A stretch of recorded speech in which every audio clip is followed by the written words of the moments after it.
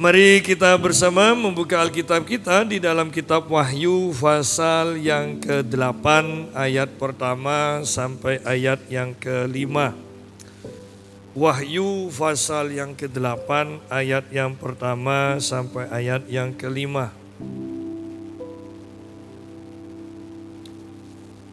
Meterai yang ke-7.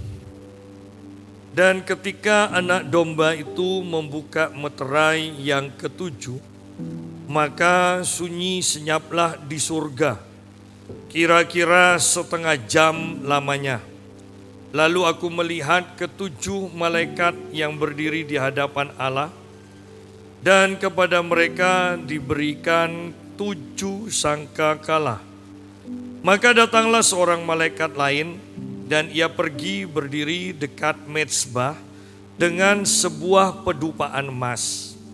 Dan kepadanya diberikan banyak kemenyan untuk dipersembahkannya bersama-sama dengan doa semua orang kudus di atas mezbah emas di hadapan tahta itu. Maka naiklah asap kemenyan bersama-sama dengan doa orang-orang kudus itu dari tangan malaikat itu ke hadapan Allah. Lalu malaikat itu mengambil pedupaan itu, mengisinya dengan api dari mezbah dan melemparkannya ke bumi. Maka meledaklah bunyi guruh disertai halilintar dan gempa bumi. Nah, kita akan belajar di sini tentang akhir zaman, dan saya percaya kita sedang memasuki dan ada di dalam akhir zaman, ya. Sehingga kita sungguh harus mempersiapkan diri. Kapanpun Tuhan datang, kita sudah siap, ya.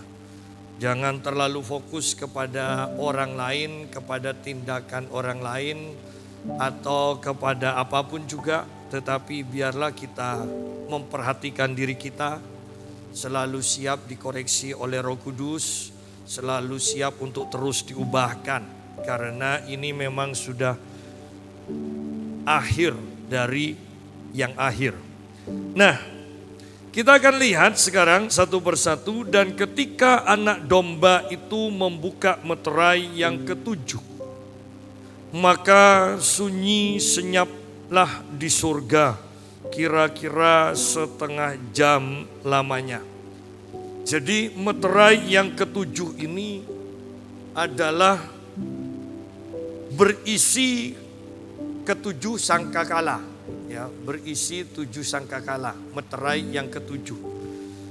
Kalau bicara tentang meterai, maka itu berbicara tentang keadaan dunia pada umumnya, bahkan keadaan gereja, ya.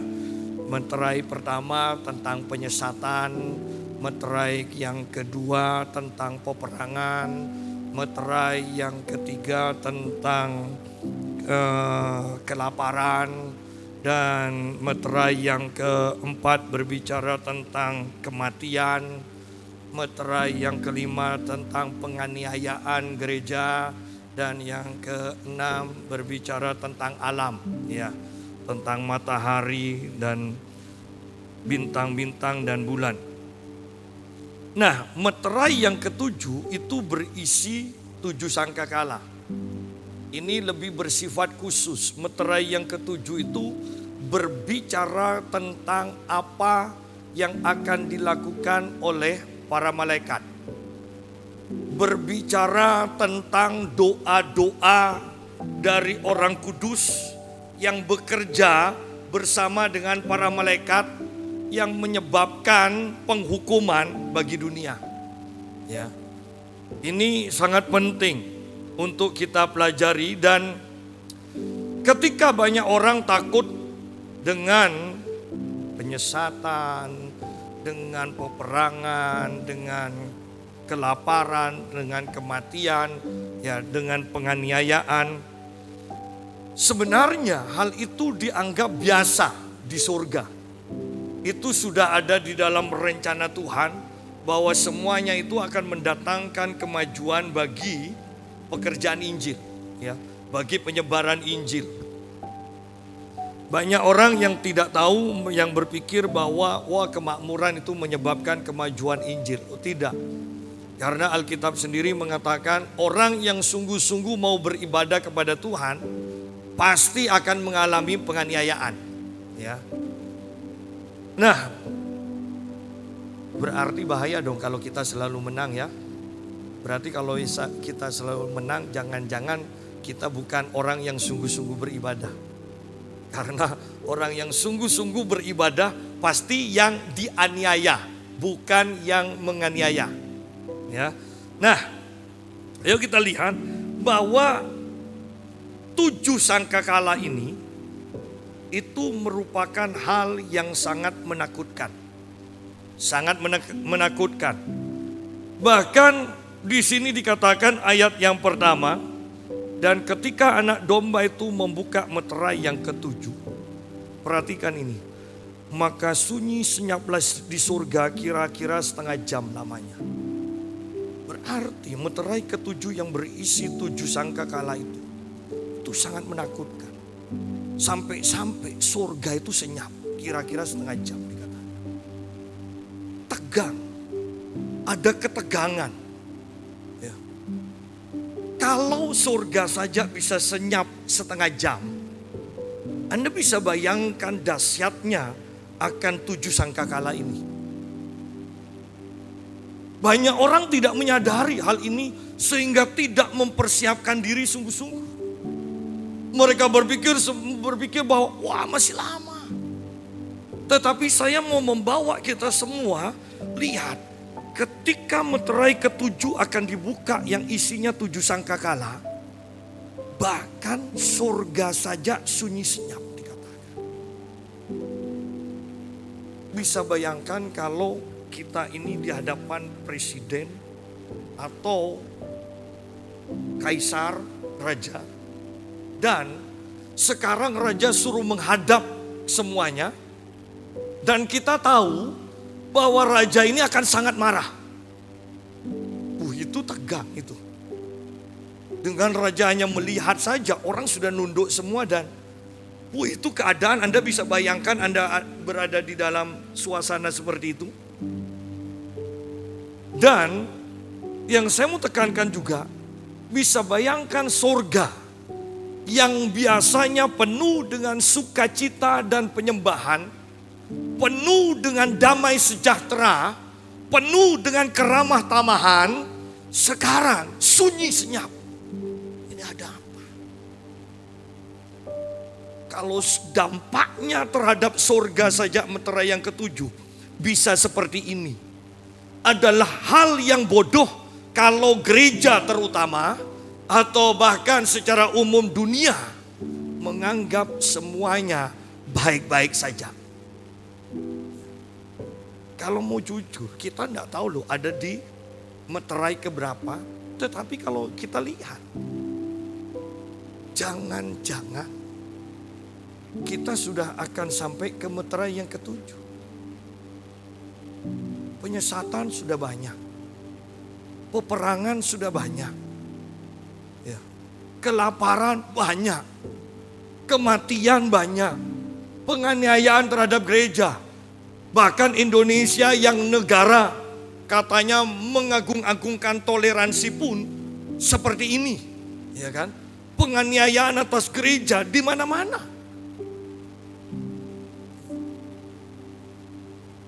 Dan cuaca sekarang begitu ekstrim. Saya takut surga sekarang sedang sunyi dan kita di sini nganggap tidak ada apa-apa. Dan dampaknya Anda lihat, saya akan loncati dulu, nanti kita akan bahas ayat yang kedua selanjutnya. Coba lihat ke-7 sangkakala ini. Ke-4 sangkakala saja isinya seperti ini. Saya bacakan dengan cepat. Bahwa betapa mengerikan sampai surga aja senyap. Ya. Dan ke-7 malaikat yang memegang ke-7 sangkakala itu bersiap-siap untuk meniup sangkakala. Lalu malaikat yang pertama meniup sangkakalanya, sangkakala pertama. Dan terjadilah hujan es dan api bercampur darah. Bayangkan hujan es dan api. Ya. Hujan esnya aja itu kalau atap rumah kita, ya kan? Ini kan tidak dijelaskan hujan esnya itu kecil-kecil atau es batu yang balok, kan bisa aja, ya. Tidak dijelaskan soalnya, ya. Jadi hujan esnya sudah menakutkan, masih hujan api itu bagaimana? Dan bercampur darah. Loh, belum ada yang mati aja sudah bau darah. Apa tidak mencekam? Kan? Dan semuanya itu dilemparkan. Semuanya itu, saya bahkan mau katakan begini.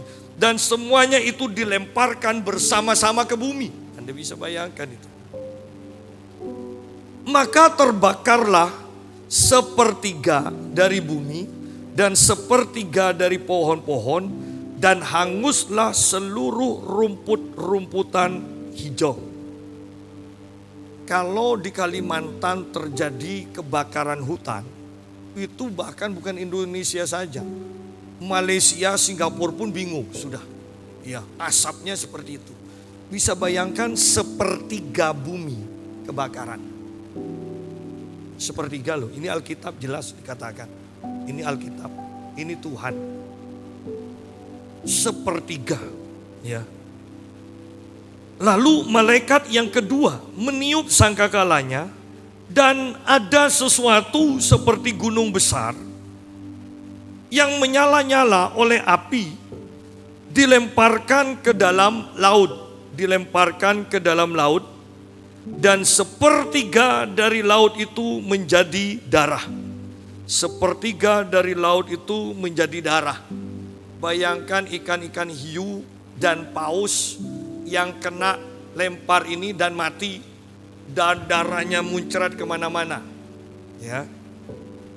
Dan matilah sepertiga dari segala makhluk yang bernyawa di dalam laut, dan binasalah sepertiga dari semua kapal. Puji Tuhan, sekarang tidak naik kapal, sekarang naik pesawat. Oh, pesawat sudah sangkakala pertama mati. Ya, pesawat sudah sangkakala yang pertama. Ya, ini sangkakala yang kedua. Yang belum mati di sangkakala yang pertama, sangkakala kedua. Ya, ada seperti gunung besar dikatakan yang berapi yang dijatuhkan. Ayat 10, lalu malaikat yang ketiga meniup sangkakalanya, dan jatuhlah dari langit sebuah bintang besar, menyala-nyala seperti obor, dan ia menimpa sepertiga dari sungai-sungai dan mata-mata air. Nama bintang itu ialah Absintus, dan sepertiga dari semua air menjadi absintus, menjadi pahit. Dan banyak orang mati karena air itu sebab sudah menjadi pahit. Berarti sederhananya sumber-sumber mata air itu akan dimusnahkan. Ya.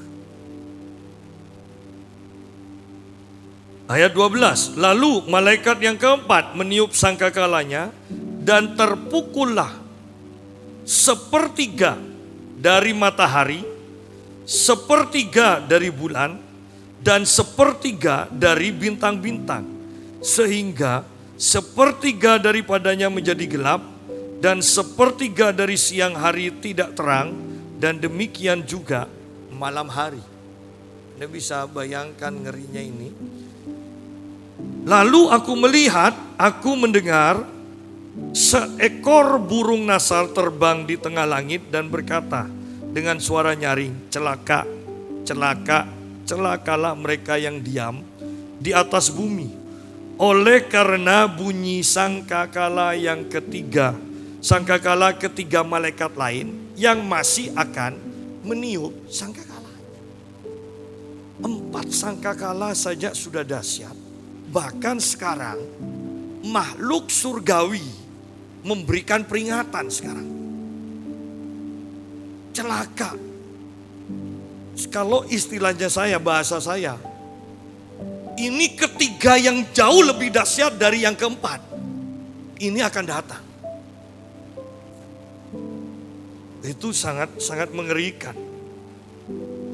Pasal 9 berbicara tentang sangkakala yang kelima. Itu tentang serangan roh-roh jahat. Ya, serangan roh-roh jahat, bagaimana roh-roh jahat itu dilepaskan dan mereka itu menyiksa penduduk di muka bumi. Ya. Dan saya mau katakan begini, ingat ini belum pengangkatan. Kita masih ada di sini. Karena pengangkatan terjadi pada waktu sangkakala yang ketujuh. Tetapi perhatikan ada penghiburan. Pasal 9 ayat yang keempat. Dan kepada mereka dipesankan, ini kepada pemusnah itu, ya, roh-roh jahat itu. Dan kepada mereka dipesankan supaya mereka jangan merusakkan rumput-rumput di bumi, atau tumbuh-tumbuhan, ataupun pohon-pohon, melainkan hanya manusia yang tidak memakai meterai Allah di dahinya. Berarti yang ada meterai Allah, yaitu gereja yang sungguh-sungguh, tidak akan mengalami ini. Tetap ada di dalam perlindungan Tuhan. Saya selalu katakan, Mazmur 23, sekalipun aku berjalan melewati lembah kekelaman, aku tidak takut bahaya, sebab Tuhan besertaku. Di sini dikatakan manusia yang tidak memakai meterai Allah di dahinya. Jadi dimeterai artinya apa? Yang paling mudah kalau bicara dahi itu berbicara pikiran. Kalau berbicara pikiran, maka kehendak Allah pikiran kita dipenuhi dengan pikiran Kristus, yaitu firman Allah. Hanya orang yang hidup dengan firman Allah yang tidak akan terjamah, yang sungguh-sungguh hidup dalam kekudusan. Karena Alkitab katakan firman Allah, hanya firman Allah yang akan tetap teguh untuk selama-lamanya. Itu tidak terjamah oleh apapun juga. Ya. Betapa pentingnya kita mengubah pola pikir kita dengan firman Tuhan. Membaca, merenungkan, mendeklarasikan, sampai firman Allah itu sendiri menjadi pikiran kita. Jadi ini penghiburan, ayat yang keempat penghiburan. Bahwa orang yang memakai meterai Allah di dahinya tidak akan mengalami sangkakala pertama sampai sangkakala yang kelima. Bahkan kemudian sangkakala yang keenam itu terjadi peperangan yang luar biasa. Dikatakan ayat yang ke-16, bahkan ada tentara yang sebesar ini, dan jumlah tentara itu ialah 20.000 laksa pasukan berkuda. Aku mendengar jumlah mereka 200 juta. Berarti Anda perhatikan, RRC itu memegang peranan penting di akhir zaman. Negara mana yang mempunyai tentara sebanyak 200 juta? Hanya RRC yang punya tentara 250 juta lebih. Hanya RRC. Indonesia mempunyai 250 juta penduduk. Tetapi kalau demo, ya, demo tentara sama polisinya digabung kalah banyak. Ya.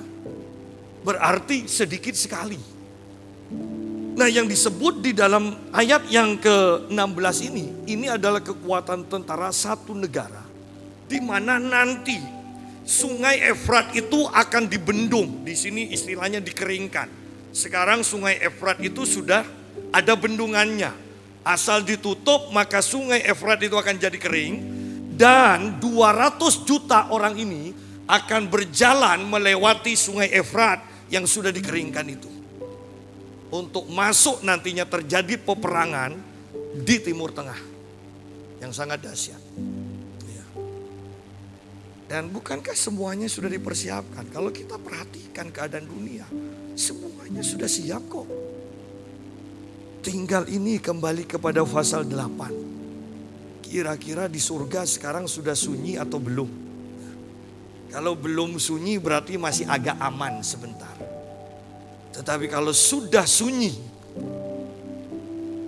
berbahaya bagi orang Kristen yang hanya sekedar Kristen.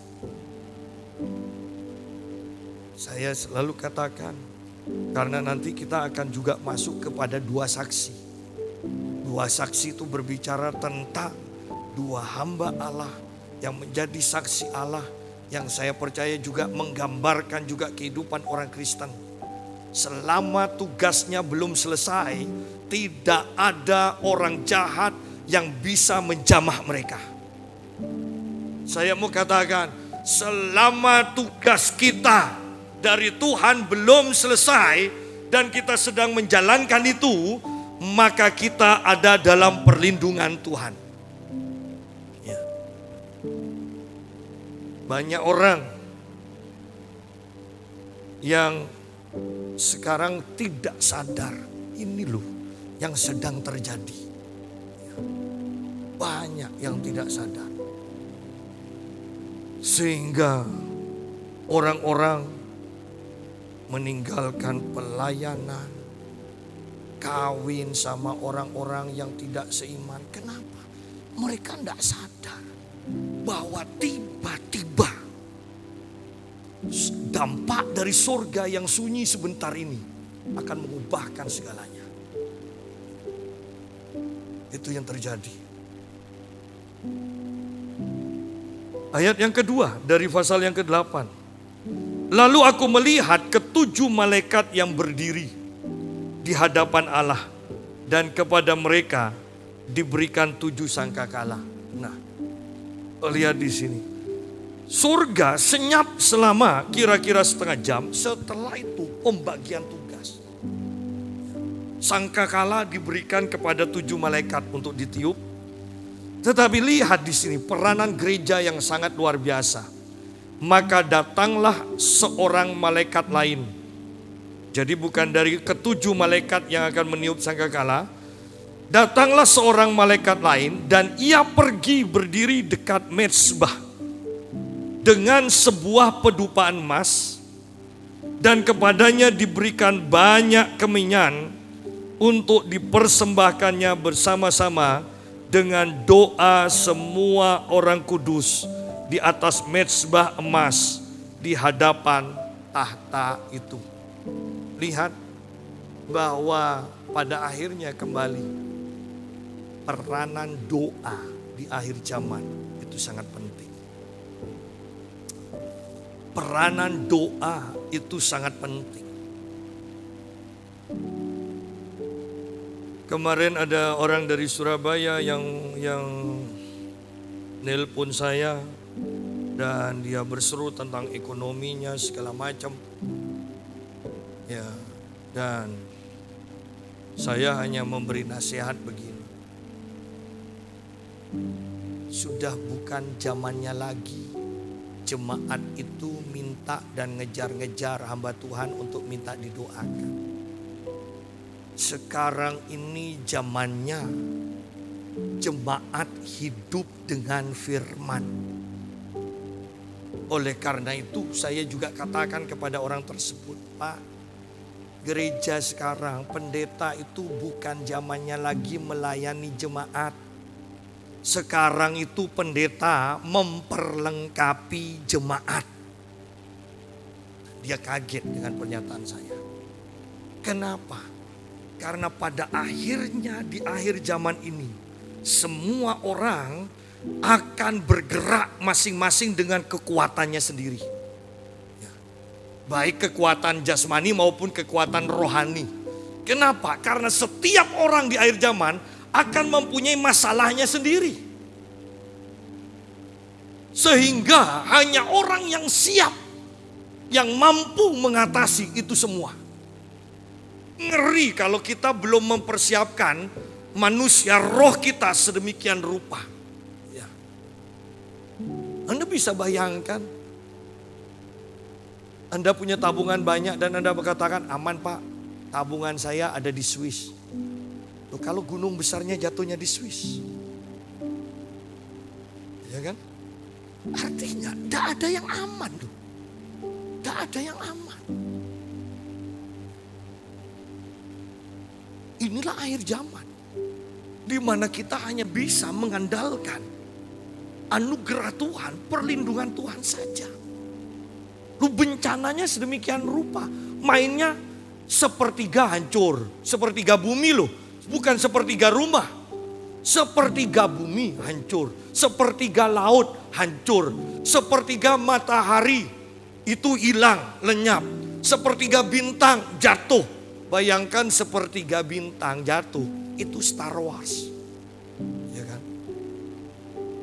Anda harus lincah dalam menghindar. Atau yang paling gampang, biarkan Tuhan yang mengarahkan ke tempat lain jatuhnya, bukan ke kita. Ya. Ini kalau di film seru, tapi kalau ngalami janganlah. Iya, kalau di film ini saya bayangkan pasti seru. Maka datanglah seorang malaikat lain dan ia pergi berdiri dekat mezbah. Dekat mezbah. Ingat, ketika bicara mezbah itu berbicara penyembahan. Ya. Betapa pentingnya kehidupan doa dan penyembahan kita. Bahkan di sini dikatakan, dan kepadanya diberikan banyak kemenyan untuk dipersembahkan bersama-sama dengan doa semua orang kudus di atas mezbah emas di hadapan tahta itu. Saya bayangkan di akhir zaman berarti orang yang hidup di dalam doa, orang Kristen yang sungguh-sungguh akan bekerja sama dengan para malaikat. Itu yang sangat luar biasa. Saya terpaku dengan ayat ini yang dikatakan, dan kepadanya diberikan banyak kemenyan. Kepada malaikat itu diberikan banyak kemenyan untuk dipersembahkan. Bukan malaikat itu mempersembahkan kemenyan di mezbah itu di hadapan tahta Allah, tetapi kemenyan yang dibawa oleh malaikat ini tidak akan berguna kalau tidak digabung dengan doa-doa orang kudus. Doa-doa orang kudus tidak akan sampai ke hadapan tahta Allah kalau tidak ada pelayanan para malaikat yang membawa doa itu. Jadi sebenarnya tanpa sadar kita, ketika kita berdoa, sebenarnya sudah ada kerjasama antara kita dengan para malaikat. Itu dahsyatnya.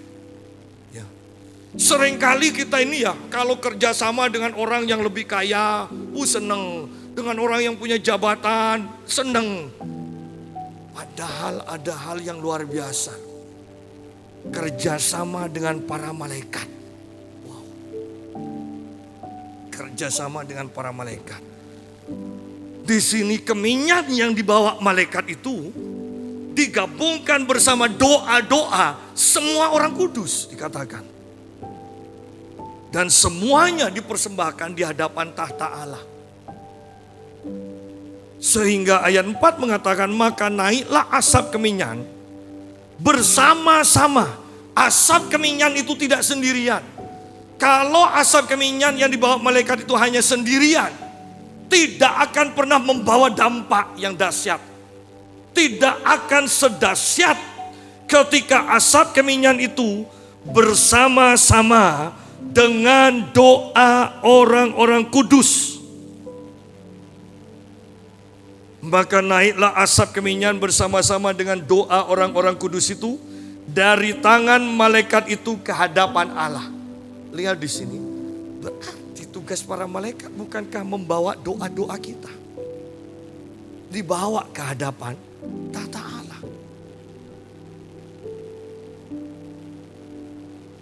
Ingat ketika eh, Cornelius yang berdoa, bukankah ada malaikat yang mengatakan, Cornelius, doamu sudah didengar, dijawab.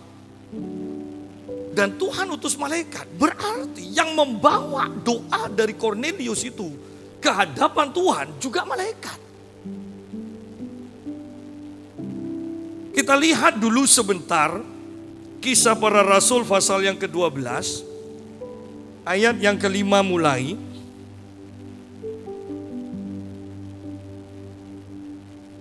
Kisah Para Rasul 12 ayat yang ke-5 mulai. Demikianlah Petrus ditahan di dalam penjara. Perhatikan di sini. Tetapi jemaat, atau di dalam kitab Wahyu tadi, orang-orang kudus dengan tekun mendoakannya kepada Allah. Dengan tekun. Jemaat dengan tekun mendoakannya kepada Allah. Bisa bayangkan Anda doanya jemaat di dalam Kisah Para Rasul ini? Ini doanya orang-orang yang baru lahir baru, yang sedang kasih mula-mulanya itu sedang meluap-luap. Saya percaya orang-orang Korea pun kalah semangatnya dengan ini. Tetapi jemaat dengan tekun mendoakannya kepada Allah. Ini bagian jemaat. Nah, ayat yang ke-6. Pada malam sebelum Herodes hendak menghadapkannya kepada orang banyak, Petrus tidur di antara dua orang prajurit. Ya, di antara dua orang prajurit, bayangkan sudah di dalam penjara masih diapit dua prajurit. Petrus di tengah, ya. Sudah itu masih terbelenggu dengan dua rantai. Berarti tangan Petrus satu diikat dibelenggu dengan tentara satunya juga tangan satunya dengan tentara yang satunya. Selain itu, prajurit pengawal sedang berkawal di muka pintu. Kalau lihat caranya Petrus ini ditawan, ditahan ini. Bahkan Herodes pun tahu tentang dahsyatnya Allah kita. Kalau mereka tidak percayakan kedahsyatan Allah, tidak mungkin Petrus dijaga sedemikian rupa. Ayat 7, tiba-tiba berdirilah seorang malaikat Tuhan dekat Petrus. Dan cahaya bersinar dalam ruang itu. Malaikat itu menepuk Petrus untuk membangunkannya, katanya, bangunlah segera. Maka gugurlah rantai itu dari tangan Petrus. Ya. Perhatikan kata tiba-tiba. Kata tiba-tiba ini saya selalu ulang, kita harus mengharapkan tiba-tiba. Tetapi tiba-tiba itu tidak pernah terjadi tanpa usaha. Ada ayat yang kelima yang mengatakan jemaat dengan tekun. Mendoakan dengan tekun dan pada waktunya tiba-tiba. Ya, malaikat diutus. Dan kekuatan malaikat ini sangat luar biasa. Hanya mengatakan bangunlah segera. Dikatakan maka gugurlah rantai itu dari tangan Petrus. Malaikat aja menyampaikan perkataan sedahsyat ini. Bagaimana kalau Tuhan menyampaikan perkataan dahsyatnya? Malaikat aja sedahsyat ini. Apalagi Tuhan yang menyampaikan firman. Dan saya mau katakan begini.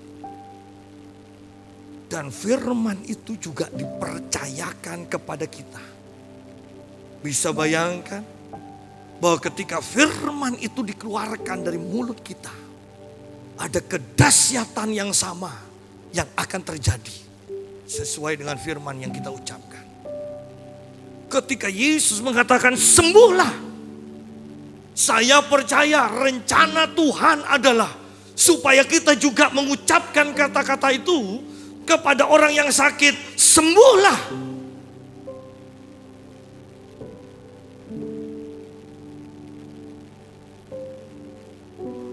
Ada kuasa di dalam firman Tuhan. Itu mau diperdengarkan oleh Tuhan, atau diperdengarkan oleh malaikat, atau diperdengarkan orang-orang kudusnya, dampaknya sama, yaitu kedahsyatan terjadi. Maka gugurlah rantai itu dari tangan Petrus. Ayat 8. Lalu kata malaikat itu kepadanya, ikatlah pinggangmu dan kenakanlah sepatumu.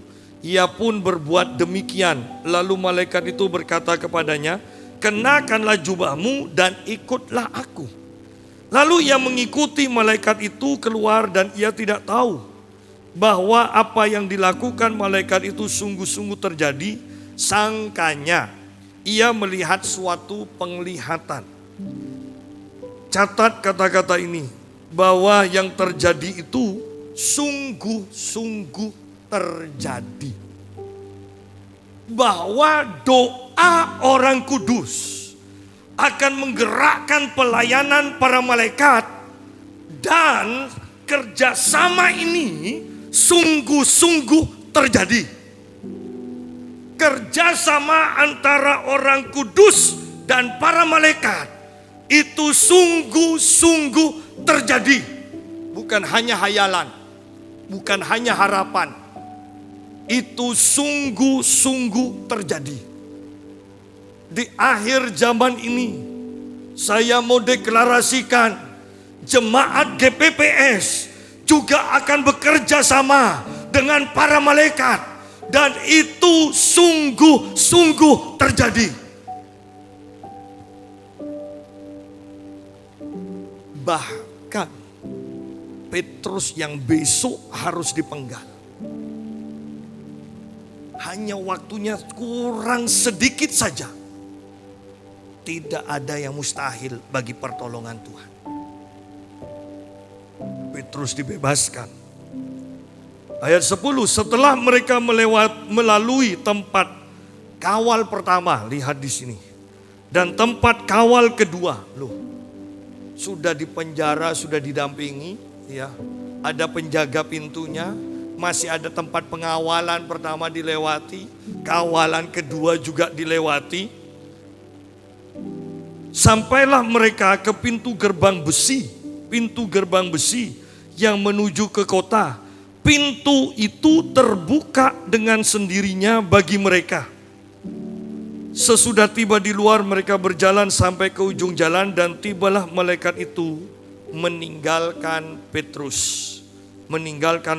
Dan setelah sadar akan dirinya, Petrus berkata, sekarang taulah aku benar-benar bahwa Tuhan telah menyuruh malaikatnya dan menyelamatkan aku dari tangan Herodes dan dari segala sesuatu yang diharapkan orang Yahudi.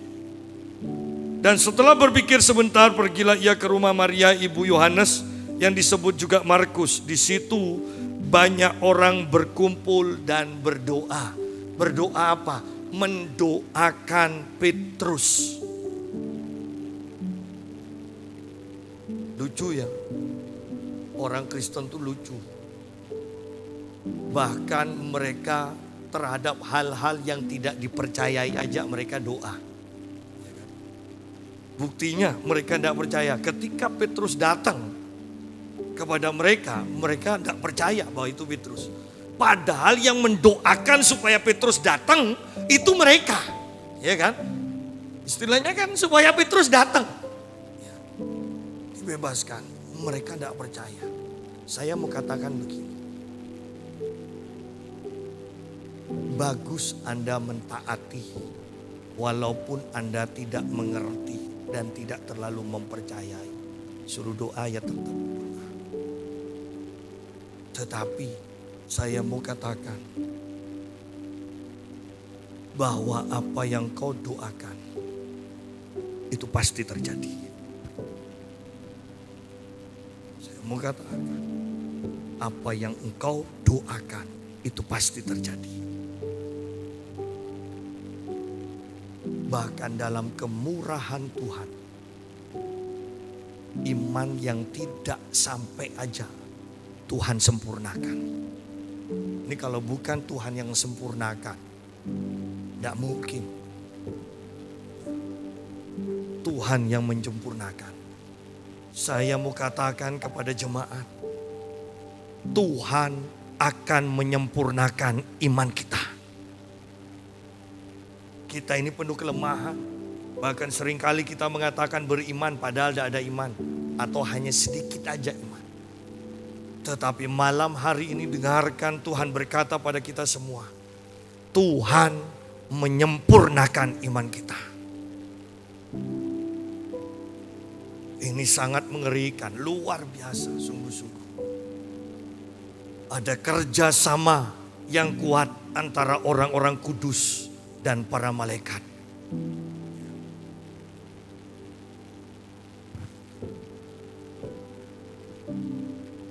Kembali kepada pembacaan kita di dalam kitab Wahyu.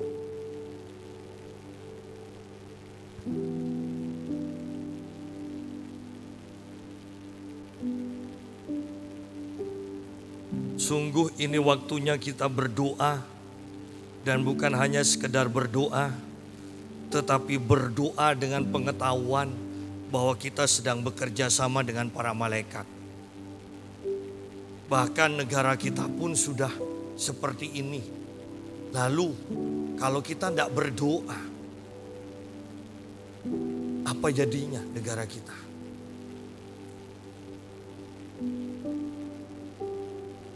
Bahkan Amerika pun sudah seperti itu.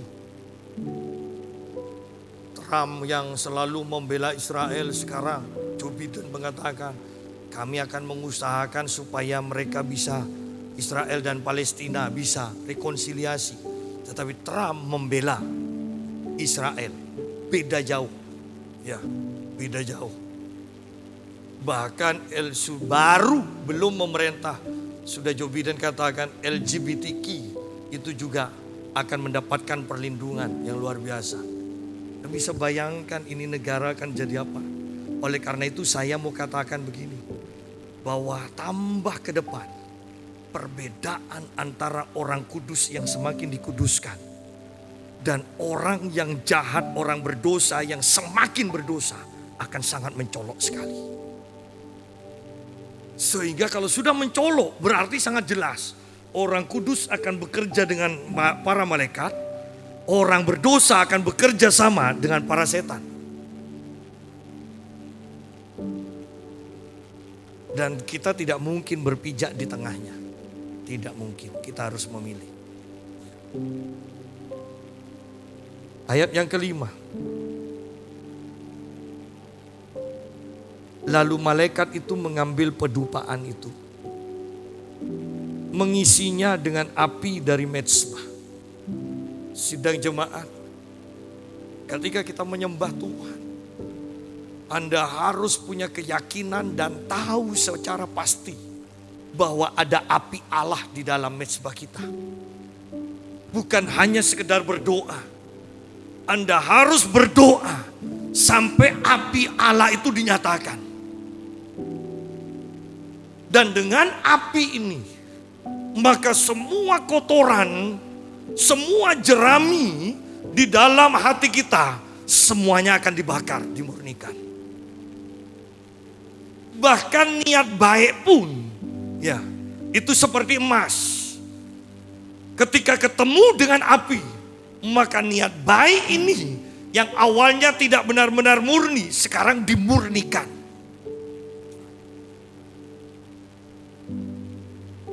Berarti tidak ada istilahnya sekarang itu santai-santai. Sudahlah. Tidak usah sampai sangkakala kelima, keenam. Sangkakala pertama kalau pas itu tepat di rumah kita aja beres sudah. Ya, selesai.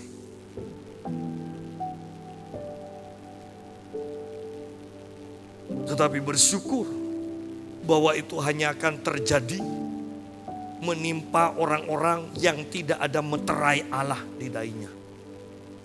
Yang ada meterai Allah, lihat. Kita ini bekerja sama dengan para malaikat loh. Dan yang meniup sangkakala itu malaikat. Tidak mungkin kan malaikat bunuh diri kan? Malaikat yang akan meniup sangkakala. Dan itu tujuannya bukan ditujukan kepada yang bekerja sama dengan malaikat. Saya mau tekankan. Karena di ayat yang kelima ini dikatakan lalu malaikat itu mengambil pedupan itu, mengisinya dengan api dari mezbah dan melemparkannya ke bumi, maka meledaklah bunyi guruh disertai halilintar dan gempa bumi. Yang menyebabkan halilintar gempa bumi guru ini adalah doa orang kudus dan tindakan para malaikat. Tidak mungkin kan doanya orang kudus berbunyi, Tuhan lemparkanlah halilintarmu kepada kami. Tidak mungkin. Saya percaya yang didoakan salah satunya seperti meterai yang kelima ya, kelima. Kalau tidak salah meterai yang kelima. Yang mengatakan jiwa-jiwa itu para martir berkata, berikan keadilan. Berikan keadilan. Berikan keadilan. Bagaimana keadilan Tuhan? Yaitu menghukum bumi. Dengan 6 sangkakala. Dan pada akhirnya ketika sangkakala yang ketujuh, gereja Tuhan akan diangkat. Dan ya ini baru penghukuman sangkakala. Tetapi sangkakala ketujuh berisi tentang cawan murka. Perhatikan namanya. Bukan hanya sekedar cawan. Tetapi cawan murka Allah. Orang bisa dihukum masuk penjara. Tetapi kalau sudah berhadapan dengan murka para sipir, nah itu yang repot, ya kan? Dihukum kalau belum menghadapi murka sipir, tidak masalah masih. Tapi kalau sudah dihukum sipirnya marah, habis sudah. Itulah cawan murka Allah. Tetapi ingat, cawan murka Allah itu akan terjadi rata. Kenapa? Tidak ada yang dilewati. Karena gereja sudah diangkat. Tetapi ini masih ada sepertiga. Kalau sangkakala sepertiga. Kenapa? Karena masih ada gereja. Masih ada gereja. Gereja akan dilewati. Berarti kalau sepertiga saja. Saya membayangkan minimal kan. Lebih dari sepertiga pada waktu itu nanti. Orang akan terima Tuhan Yesus. Karena masih ada 2/3 kemungkinan. Sudah jemaah. Pak, tapi kan kekuatan antikris besar. Sebenarnya tidak terlalu besar juga. Karena itu hanya dikatakan 7. Ada 10 ya. 10 tanduk kan. Itu diperkirakan negara Uni Eropa nantinya. Tetapi lihat di sini, mereka memang kecil. Tetapi sampai di sangkakala yang kelima, mereka didukung penuh dengan kekuatan roh-roh jahat yang dilepaskan. Itu makanya mereka menjadi kekuatan yang sangat besar. Sudah jemaah. Ayat yang kelima. Lalu malaikat itu mengambil pedupaan itu, mengisinya dengan api dari mezbah dan melemparkannya ke bumi. Maka meledaklah bunyi guruh disertai halilintar dan gempa bumi. Berarti dikatakan melemparkannya ke bumi. Artinya itulah jawaban doa orang-orang kudus. Itu jawaban doa. Kalau itu jawaban doa dari orang-orang kudus, berarti orang-orang kudus ada dalam perlindungan Tuhan. Tidak mungkin jawaban doa yang merupakan penghukuman ini akan menerpa orang kudus itu sendiri. Tidak mungkin. Bagaimana caranya, Pak? Sudahlah, itu hal yang gampang bagi Tuhan. Bahkan ayat-ayatnya begitu kuatnya. Sekalipun 1000 orang di sebelah kananmu rebah, di sebelah kirimu, atau terbalik ya 10.000, tidak tahu lah pokoknya itu. Kiri kanan itu banyak yang mati. Tetapi engkau, loh kok hanya engkau, berarti hanya satu yang selamat. Tuhan mampu kok. Ya. Oleh karena itu yang terpenting sekarang adalah banyak berdoa. Dan sadari kerjasama dengan para malaikat. Itu yang terjadi. Hanya orang-orang kudus, orang-orang Kristen yang sungguh-sungguh, yang mempunyai hak yang luar biasa. Bahkan Nabi Elisa ketika dikepung oleh tentara Aram, Nabi Elisa bisa tenang-tenang. Dia katakan lebih banyak yang menyertai kita. Tidak usah takut. Kenapa? Karena Elisa adalah seorang pribadi yang suka berdoa. Sehingga bukan hanya 1-2 orang. Seluruh rumahnya, bukan hanya rumahnya. Seluruh gunung di mana rumahnya itu ada. Rumah Elisa ada. Seluruh gunung itu dikelilingi oleh para malaikat. Semakin engkau banyak berdoa, Tuhan akan tambahkan pelayanan para malaikat atas hidup. Di dalam kitab Raja-Raja atau Tawarikh dikatakan, bahkan satu malaikat bisa mengalahkan 185.000 tentara. Satu malaikat. Secara sederhananya saya mau katakan begini. Satu orang malaikat aja, satu malaikat saja, berarti bisa melindungi saya, melindungi kita dari 185 orang yang mengepung kita. Inilah firman bagi kita, bahwa ada pelayanan para malaikat yang disediakan untuk bekerja sama, untuk menopang, untuk menolong kita. Akhir zaman akan semakin sukar. Oleh karena itu Tuhan yang mengetahuinya menyediakan pelayanan para malaikat untuk kita, orang-orang yang dikasihinya. Kiranya firman ini akan menguatkan kita semua. Tidak perlu takut, tetapi ayo sungguh-sungguh berdoa dengan tekun. Karena itu menggerakkan pelayanan para malaikat. Dan kita akan melakukan perkara-perkara besar.